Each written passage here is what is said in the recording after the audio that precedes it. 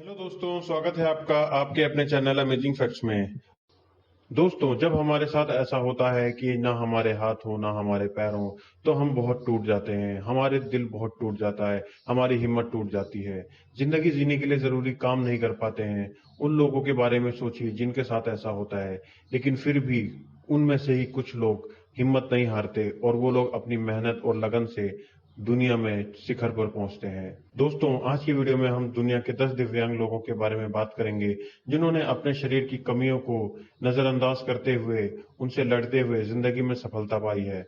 दोस्तों दोस्तों सुधा चंद्रन जी। सुधा चंद्रन एक प्रसिद्ध भारतीय अभिनेत्री हैं, जिन्होंने भारतनाट्यम में महारत हासिल की है।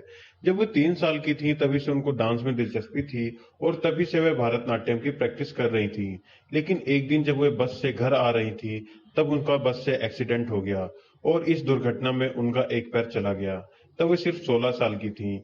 अब उनके लिए डांस करना मुश्किल था, फिर भी उन्होंने हिम्मत नहीं हारी और लगातार प्रैक्टिस करती रहीं। कुछ कृत्रिम पैरों के साथ उन्होंने भारतनाट्यम में महारत हासिल कर ली और भारत की सबसे बड़ी भारतनाट्यम अभिनेत्री में अपना नाम शामिल करवा लिया। दोस्तों, अगर हमारे हौसले बुलंद होते हैं तो कोई भी परेशानी हमें रोक नहीं सकती। दोस्तों, इसी सूची में अगले नंबर पर आते हैं सैम कोथर्न। सैम कोथर्न एक प्रसिद्ध मोटिवेशनल स्पीकर हैं जो कि ऑस्ट्रेलिया में रहते थे। साल 2006 में एक अकस्मात में उनका बायां हाथ और दायां पैर चला गया। डॉक्टर ने उनसे कहा, अब सारी जिंदगी आपको सिर्फ व्हील चेयर पे ही आराम करके गुजारनी पड़ेगी। लेकिन दोस्तों, वो इसके लिए तैयार नहीं थे। उन्होंने ठान लिया कि वे कुछ करके दिखाएंगे। उनका मानना था कि आपकी हालत के लिए आपका फैसला ही जिम्मेदार होता है, ना कि आपके हालात। और इसी विश्वास के साथ उन्होंने लगातार मेहनत करी और साल 2009 में, यानी कि ठीक 3 साल बाद, उनको यंग ऑस्ट्रेलियन का अवार्ड भी दिया गया। दोस्तों, रॉल्फ ब्रॉन। अमेरिका के इंडियाना में जन्मे रॉल्फ ब्रॉन ब्रॉन कॉरपोरेशन के सीईओ और संस्थापक थे। ब्रॉन कॉरपोरेशन विकलांग लोगों के लिए वाणिज्य व्हीलचेयर और सुलभ वाहन और अन्य उपकरण प्रदान करता है। जब वे 6 साल के थे तब उन्हें मस्कुलर डिस्ट्रोफी का पता चला और 14 साल की उम्र तक आते आते वे व्हीलचेयर पर आ गए। दोस्तों, ये ऐसी बीमारी थी जिसकी वजह से उनके पैर कमजोर हो गए और वे अपने कमजोर पैरों पे नहीं चल सकते थे। उन्होंने बिना किसी कठिनाई या समर्थन के चारों ओर घूमने के लिए 20 साल की उम्र में ही मोटराइज्ड स्कूटर बना लिया। उन्होंने प्लेटफॉर्म से सुसज्जित अपनी व्हीलचेयर सुलभ वैन भी बनाई और उन्होंने अपनी फर्म ब्रॉन कॉरपोरेशन की शुरुआत की, जो व्हीलचेयर द्वारा सुलभ चलते वाहनों के निर्माण पर केंद्रित है। और उनकी इस नई सोच और साहस की वजह से उनको 2012 में अमेरिकी सरकार द्वारा परिवर्तन का चैंपियन नामित किया गया था।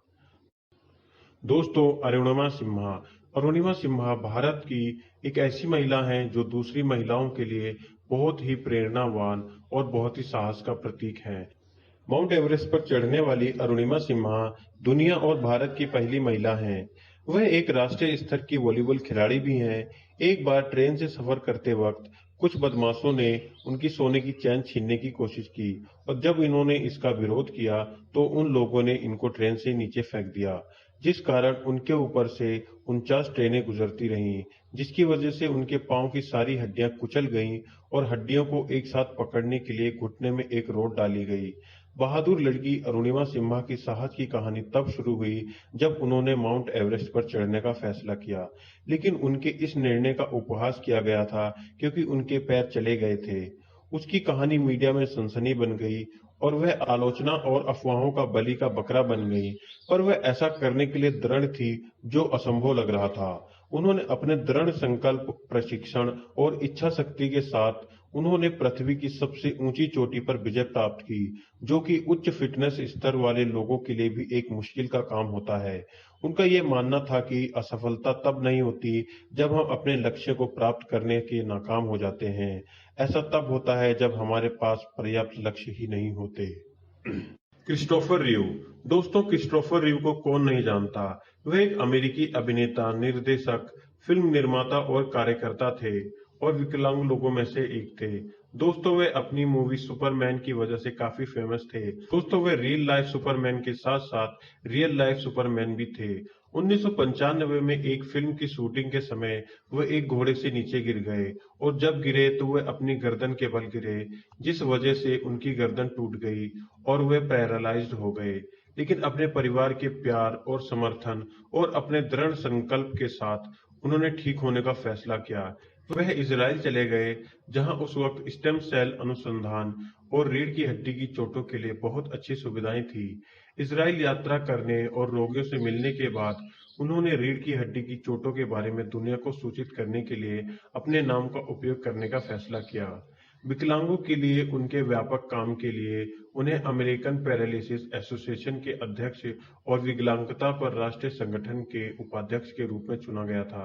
रीढ़ की हड्डी की चोटों पर अपने शोध को जारी रखने के लिए और दूसरों की मदद करने के लिए उन्होंने रिव इरविन रिसर्च सेंटर की स्थापना की। उन्होंने शोध में गुणवत्ता सुधार किया और ऐसे लोगों की मदद करने के लिए क्रिस्टोफर रिव फाउंडेशन बनाया, जो इलाज का खर्च नहीं उठा सकते थे। दोस्तों, इस सूची में अगले स्थान पर आते हैं फ्रैंकलिन डी रूजवेल्ट। दोस्तों, फ्रैंकलिन डी रूजवेल्ट अमेरिकी वकील और राजनीतिज्ञ थे और संयुक्त राज्य अमेरिका के 32वें राष्ट्रपति भी थे। 1921 में कनाडा में छुट्टियां मनाते वक्त उन्हें पोलियो का पता चला था और कमर के नीचे का हिस्सा लकवा मार गया था।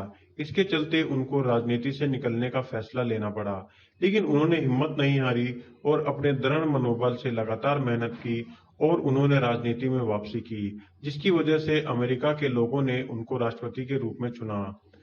दोस्तों, इस सूची में चौथे नंबर पर आती हैं हेलन केलर। दोस्तों, हेलन केलर एक ऐसी महिला हैं जो दूसरी महिलाओं के लिए प्रेरणा का स्रोत हैं। हेलन केलर एक अमेरिकी लेखक और राजनीतिक कार्यकर्ता थीं। जन्म के वक्त तो वे बिल्कुल स्वस्थ थीं, लेकिन जब वे 1.5 साल की थीं तब एक गंभीर बीमारी ने उन्हें घेर लिया और इस बीमारी ने उन्हें बहरा और अंधा बना दिया। और तब उन्हें पार्किंस इंस्टीट्यूट ऑफ द ब्लाइंड के डायरेक्टर द्वारा एक शिक्षक एलिन सुल्विन को सौंप दिया गया। एनी सुल्विन हेलन के मेंटर और जीवन भर के साथी बन गए और उन्हें संवाद करना सिखाया। अपने दृढ़ निश्चय के साथ, सीखने की आदत और एनी की मदद से उन्होंने रेडक्लिफ से बैचलर्स की डिग्री प्राप्त की, जो बैचलर ऑफ आर्ट्स की डिग्री हासिल करने वाली पहली नेत्रहीन महिला बन गईं। उन्होंने बहुत ही जल्द बोलना सीख लिया और लेक्चर्स देना शुरू कर दिया और यह मेहनत से वह एक प्रसिद्ध लेखक के रूप में सामने आईं। दोस्तों, इस सूची में तीसरे नंबर पर आते हैं जॉन मिल्टन। जॉन मिल्टन एक प्रसिद्ध अंग्रेजी कवि थे और विकलांग लोगों में से एक थे।